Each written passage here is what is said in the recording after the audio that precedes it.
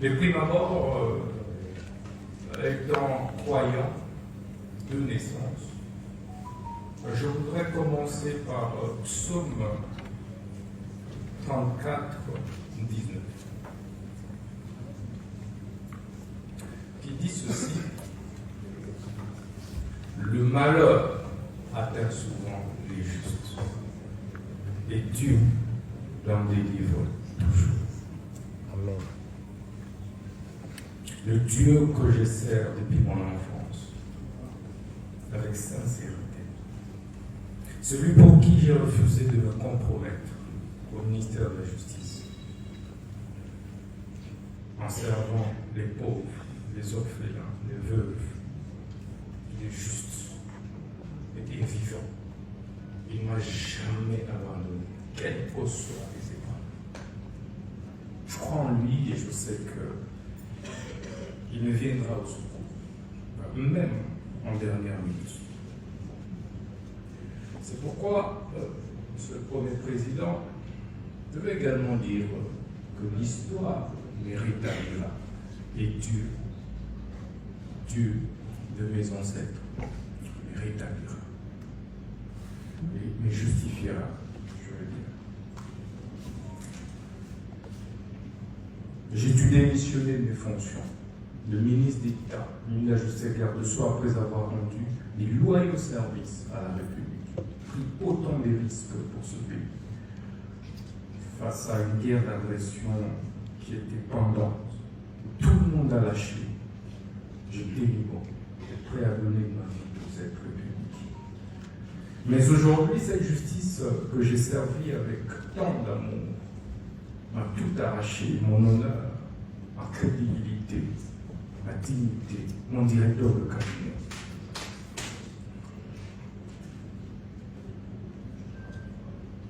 Mais il y a un adage, un dicton russe qui dit que ce dont le destin définit le pendu ne se ment pas.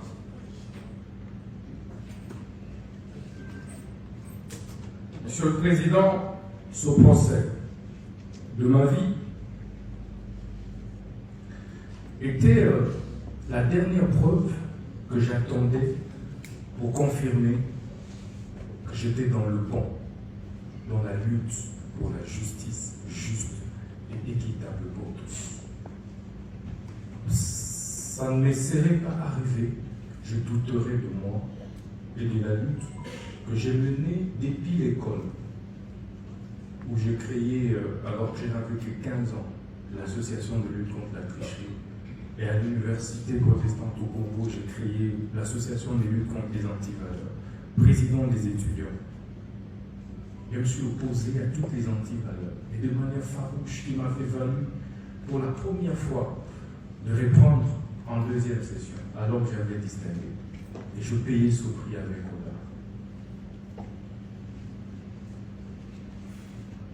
Au ministère de la Justice, je subis la même injustice. Alors que je voulais faire mon travail correctement, redresser les choses, pour le bien de tous, le bien du pays et des générations futures. C'est pourquoi ce procès est historique. Historique, Monsieur le Premier Président, parce que il me rappelle autant d'autres procès historiques, notamment celui des Patrice Emery Lumumba, dont je suis la réincarnation. En 1956, pratiquement au même âge, il avait été condamné à 1 an d'emprisonnement pour détournement des deniers publics. Mais quelques années plus tard, il sera notre héros national. Ça me fait également penser au procès de Fidel Castro, un de mes idoles, vers les années 51, où il prononça les discours les plus historiques, l'histoire m'en quittera. Quelques années plus tard, il prit le pouvoir et il reste aujourd'hui les héros de Cuba. Ça me fait également penser au procès de Lula da Silva, et ça c'est le plus récent. Ancien président brésilien, mais jugé, condamné pour corruption. Et appris ça, c'est en 2017. Au sortir de la prison, il a été président de la République jusqu'aujourd'hui. Ce procès me fait penser au procès d'Étienne Tshisekedi Lumumba et de ses compagnons de lutte vers les années 80, parce qu'il luttait pour le changement. Il a été condamné, mais aujourd'hui, il reste une référence, un modèle, et son fils est président de la République démocratique du Congo. Ce procès, enfin, me fait penser au procès des Mandela. Mandela, vers les années 59, mais exactement 62. En 62, il a été condamné injustement. Et il a fait 27 ans en prison. Il sort de là, président de la République de l'Afrique du Sud. Et Monsieur le Président, vous verrez que c'est pratiquement au même âge, c'était pratiquement à mon âge, que tous ces grands leaders ont connu des procès injustes. Et c'est ça qui construit ma conviction et qui m'a construit ce mental d'acier de faire face à cette épreuve que je ne conseillerais et souhaiterais à personne dans la vie, même pas au ministère public, parce que ça m'a déchiré, parce que ça m'a détruit intérieurement. J'ai été trahi. Mais un jour je parlerai. Je suis un homme de l'État, je me tais. Le ministère public sait que je suis incapable. Je suis très content parce qu'il est épinglé sa nièce qui a fini une année après moi à l'université. Je suis un homme, certes avec beaucoup de défauts, parce que je ne suis pas Dieu. Mais j'essaie d'être correct, sincère et honnête. Au preuve, je ne me suis pas contredit lors de différentes auditions, que ce soit au niveau du parquet, que ce soit ici. Parce que je pense que quand on est gouvernant, on doit assumer ses actes. Et je voulais assumer tout ce que j'ai fait. Même si mes collaborateurs ont posé un acte, je suis responsable, j'assume en tant que responsable. Ce procès, Monsieur le Président, c'est donc me fait penser à un syllogisme simple. Le premier, l'on demande, l'on instruit le ministre d'État, mais la justice, le garde des Sceaux, à construire une prison. Le ministre d'État, mais la justice, s'active à construire cette prison. Et on conclut par la suite en disant que le ministre de la Justice a détourné les fonds destinés à la construction de la prison, alors que ces fonds sont logés en banque. Toutes les autorités ont été informées. Deuxième syllogisme qui résume ce procès, c'est le ministère public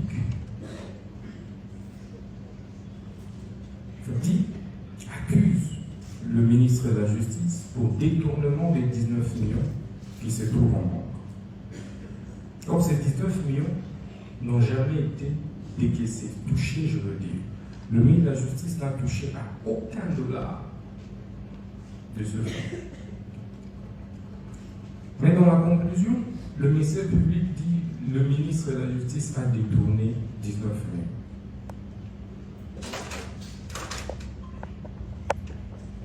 Je suis perdu face à ces syllogismes. Mais ce procès et ces syllogismes ne me surprend pas. Pourquoi ça ne me surprend pas? Parce que ce n'est pas la première fois que le ministère public ait fait un réquisitoire contre moi. À peine 3 mois que j'étais nommé ministre de la Justice, le ministère public, le même, PG Cassation, avait déjà fait un réquisitoire pour me faire arrêter. Mais il sait comment cela n'avait pas abouti. 3 mois à peine. Nous sommes au mois de septembre 2024. je serais surpris de voir un réquisitoire du ministère public pour qu'on arrête le ministre notamment de la Justice. Pour quelle raison? Pour un rapport qui était concocté, dressé à mon insu par les deux juges que nous avions récusés.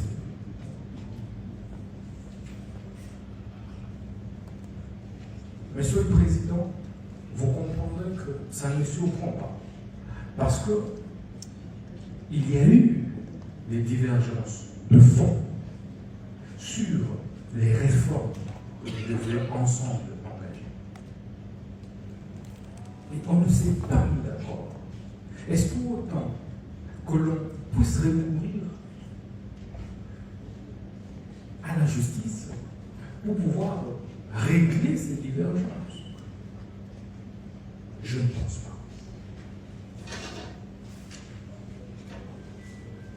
C'est pourquoi je veux dire que ce procès qui m'a été imposé par le ministère public, c'est un procès, comme on dit à libéral, qui est en cours. Tout là qui s'aille, que puisse on tous à ma casse. Président, sur cette terre, avec ma petite expérience de la vie politique, on n'est jamais assez fort éternellement pour l'être toujours. Le temps a un pouvoir réparateur.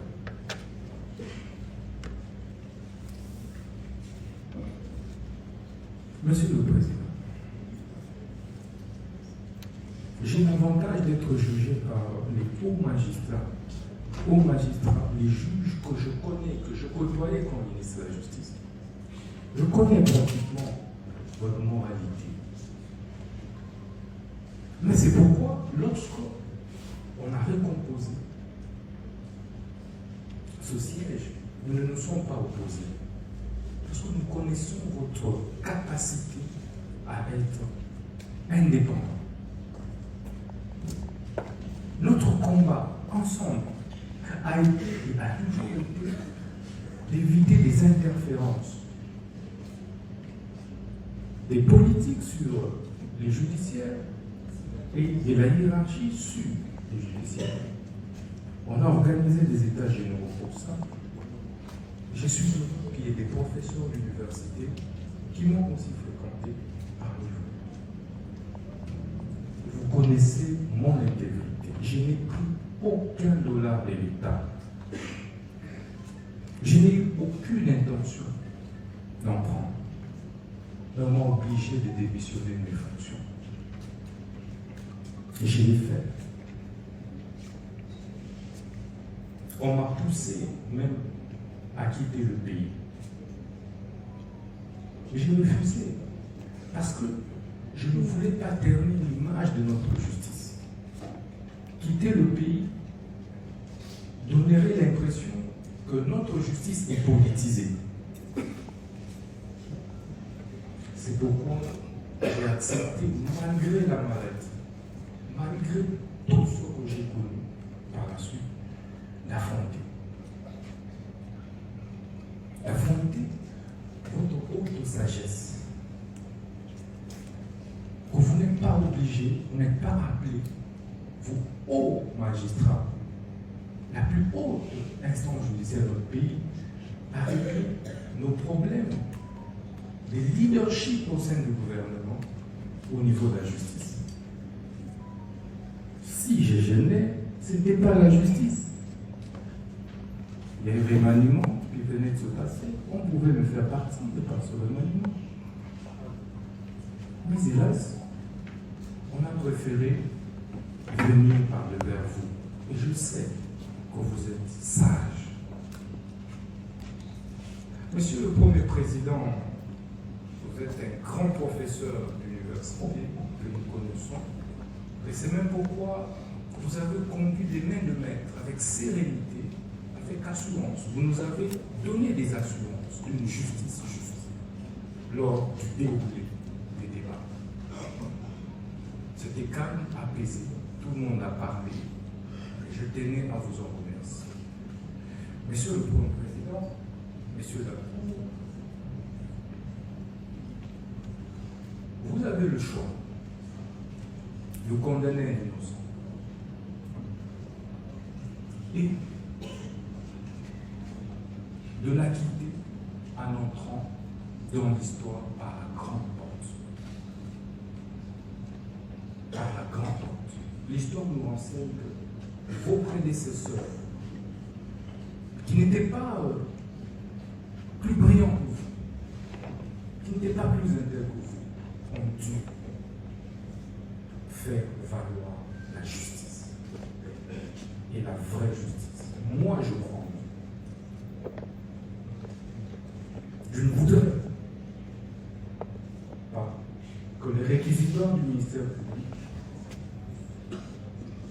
qui est malheureusement beaucoup plus personnalisé, nous ne pouvons pas révéler tout ce qui s'est passé dans nos relations entre le ministre et la Justice et parquet, toutes les divergences qu'il y a eu, tout ce qui s'est passé. Vous, en tant que notre indépendant, je dirais le bon droit. C'est par ce mot que je tenais à vous remercier du fond du cœur. Il y a certes eu des tensions que le ministère public a qualifiées de propos discourtois. Je retire tous ces propos avec beaucoup d'humilité parce qu'il s'agissait d'un procès de ma vie et que... L'affaire Constant Mutamba. Oui, l'ancien ministre de la Justice. Exactement. Celui qui se posait un peu en réparateur, en pourfendeur de la corruption, et qui se retrouve lui-même sur le banc des accusés pour tentative de détournement. L'ironie est assez frappante, oui. On va essayer de décortiquer tout ça, de voir ce qu'il y a derrière les gros titres, en s'appuyant sur diverses analyses et articles parus. C'est ça, comprendre les tenants et les aboutissants. Alors, juste pour resituer, Constant Mutamba, c'est qui déjà ? Un jeune acteur politique, 37 ans. C'est ça, il vient plutôt du camp Kabila à l'origine, puis il a fondé son propre mouvement, la DIPRO, une sorte d'opposition républicaine. Et il a été candidat à la présidentielle en 2023, avec un score assez faible d'ailleurs, puis, surprise, nommé ministre de la Justice par Félix Tshisekedi en mai 2024. Oui, un parcours assez sinueux, et il avait beaucoup communiqué sur cette image de justicier anticorruption. Venons-en aux faits. L'accusation principale, c'est quoi exactement, Ève ? Alors, le chef d'inculpation, c'est tentative de détournement présumé. On parle d'une somme importante, près de 19 millions de dollars américains. 19 millions. Et l'origine de ces fonds, c'est ça qui est particulièrement sensible, non ? Tout à fait. Ces fonds étaient destinés à la construction d'une nouvelle prison à Kisangani, mais ils provenaient en fait du FRVAO. Le FRVAO. C'est le fonds d'indemnisation pour les victimes de guerre, notamment ici les victimes de la guerre de 6 jours à Kisangani. Donc des fonds pour les réparations. Ah oui, quand même. Et l'accusation, elle pointe quoi comme la irrégularité concrète ? Plusieurs choses. D'abord, une violation des règles de passation des marchés publics. Le marché aurait été attribué de gré à gré, sans appel d'offres. À quelle société ? À une société nommée Ziane Construction SARL. Et c'est là un autre gros problème soulevé par l'accusation. Cette société est considérée comme fictive. Fictive, c'est-à-dire ? Pas de siège social réel retrouvé, pas de personnel identifié, pas d'expérience connue dans le domaine. Les responsables seraient introuvables. Un peu une coquille vide, si vous voulez. D'accord. Et il y a aussi cette histoire de virement ? Oui, un virement de près de 20 millions de dollars vers un compte qui n'était pas prévu initialement. C'est la CNRF, la cellule de renseignement financier, qui a détecté l'opération et l'a bloquée. Bloqué in extremis donc. Et sur le terrain à Kisangani ? À rien. Aucun chantier, aucun site même clairement identifié pour cette fameuse prison. Bon, le tableau de l'accusation est assez chargé. Comment la défense répond à tout ça ? Alors, la défense a d'abord tenté des recours sur la procédure. Ils ont contesté la façon dont l'autorisation de poursuite a été votée au Parlement. Ils ont critiqué l'instruction menée par le procureur général. Qu'ils ont même demandé de récuser, je crois. Exactement. Mais bon, toutes ces exceptions de procédure ont été rejetées par la Cour de cassation. D'accord. Et sur le fond des accusations ? Sur le fond, la ligne est claire, innocence totale. Constant Mutamba martèle qu'il n'a pris aucun dollar, aucun rond. L'argent, selon ses avocats, serait toujours à la banque, sur un compte à la Robanque. Mais alors, comment il justifie les démarches illicites ? Le marché de gré à gré, par exemple. L'engagement de la dépense. Et il parle d'une autorisation verbale du gouvernement de l'urgence face aux problèmes des prisons qui sont, c'est vrai, catastrophiques en RDC. Une autorisation verbale pour près de 20 millions de dollars. Ça paraît un peu léger, non? Disons que c'est ce que la défense avance. Pour le marché de gré à gré, il affirme avoir obtenu une autorisation spéciale. Mais l'organe de contrôle des marchés publics, la DGCMP, conteste et parle même de pression qu'il aurait exercée. Et pour la société Zion Construction, jugée fantôme, Là, il admet ne pas avoir vérifié très en détail. Il invoque la bonne foi, l'urgence toujours. Il dit qu'il n'y a aucune preuve qui se soit enrichi personnellement. et puis il y a cette autre ligne de défense, beaucoup plus politique. Ah oui, la thèse du complot. Il dénonce une cabale, un coup de poignante dans le dos, et il vise assez haut, hein. Il parle de Kigali, c'est ça, hein? Une Ouais. allusion au Rwanda voisin. C'est ça, une cabale orchestrée depuis l'extérieur, selon lui, et exécutée localement. Il accuse notamment et très directement le procureur général Firmin Mvonde. Avec qui il était déjà en conflit ouvert, c'est vrai. Boutamba avait lancé une enquête sur les biens de Mvonde, je crois. Exactement. Donc, pour la défense, c'est un règlement de compte personnel et politique. S'ajoute une sacrée dose de complexité. Le procès lui-même, il s'est passé comment? Il y a eu des moments forts? Oui, il y a eu des auditions de témoins. Un délégué de la Robank a confirmé que les fonds étaient bien sur un compte, mais un compte courant, pas un compte séquestre, et qu'il était saisi. La défense dit que des témoins de l'accusation ont en fait déchargé Moutamba. Et puis cette stratégie un peu étonnante de demander la comparution de très hauts responsables, la première ministre Subinois, l'ancienne ministre de la Justice. Oui, une stratégie un peu kamikaze, peut-être pour élargir les responsabilités, montrer que c'est tout un système, ou pour dénoncer ce qu'ils estiment être un manque de soutien. Et politiquement, comment cette affaire est interprétée? J'imagine que les avis divergent. Ah oui, complètement. Le camp Moutamba crie au procès politique, on l'a dit. Une partie de l'opposition y voit surtout les luttes intestines du régime de Tshisekedi qui mangerait ses propres enfants. Et le gouvernement, la majorité? Eux, ils mettent en avant l'état de droit, la preuve que la lutte anticorruption avance, même contre un ministre en fonction au moment des faits. Ils insistent sur la neutralité de la justice. Et la société civile, les ONG? C'est partagé aussi. Des organisations comme la Lucha ou le Crève DL sont surtout indignées par l'utilisation possible des fonds destinés aux victimes. Elles saluent le fait que la justice agisse, mais appellent à ce que tous les responsables soient poursuivis. La SADH, elle, s'inquiète de possibles violations des droits de la défense. L'opinion publique, sur les réseaux notamment, est très très polarisée. On en arrive au réquisitoire du procureur, le 13 août. Et là, ça n'a pas été tendre. Non, pas du tout. Le ministère public a requis une peine très lourde, 10 ans de travaux forcés. 10 ans! Oui, et aussi 10 ans d'inéligibilité, la privation de la possibilité de libération conditionnelle, l'exclusion des fonctions publiques. Le procureur a beaucoup insisté sur le fait qu'il s'agissait de l'argent des morts. La défense a dû réagir vivement, j'imagine. Oh oui. Ils ont qualifié le réquisitoire de honte, ils maintiennent l'innocence, ils invoquent le doute qui doit profiter à l'accusé, et ils ont aussi pointé du doigt une certaine nonchalance de la primature dans ce dossier. Les enjeux sont énormes pour Moutamba, évidemment. Sa liberté, mais aussi sa carrière politique qui pourrait s'arrêter net. Tout à fait.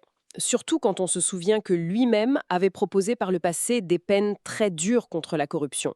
Il avait même évoqué la peine de mort. L'ironie, encore une fois. La prochaine étape, c'est le verdict. Oui, le verdict est attendu le 27 août. On verra ce que la Cour décidera. Mais au-delà du cas personnel de Moutamba, cette affaire dit beaucoup de choses. C'est ça. Elle illustre vraiment cette tension permanente en RDC entre, d'un côté, la volonté affichée de lutter contre la corruption et, de l'autre, les soupçons ou les accusations d'instrumentalisation politique de la justice. Exactement. Un mélange de faits présumés de mauvaise gestion, voire de détournement, et de très fortes connotations politiques, de rivalité. C'est un vrai défi pour la justice congolaise. Et ça nous laisse avec une question de fond finalement. Au-delà de la culpabilité ou non de Constant Mutamba, qu'est-ce que cette affaire révèle sur l'efficacité réelle, la transparence des mécanismes de gestion de l'argent public en RDC? Surtout quand il s'agit de fonds aussi symboliques, aussi sensibles que ceux du FRVAO destinés aux victimes. Oui, et sur le contrôle des marchés publics aussi. Qu'est-ce que ça implique pour la confiance des gens dans leurs institutions, celles qui sont censées servir l'intérêt général, point? C'est une question qui reste ouverte.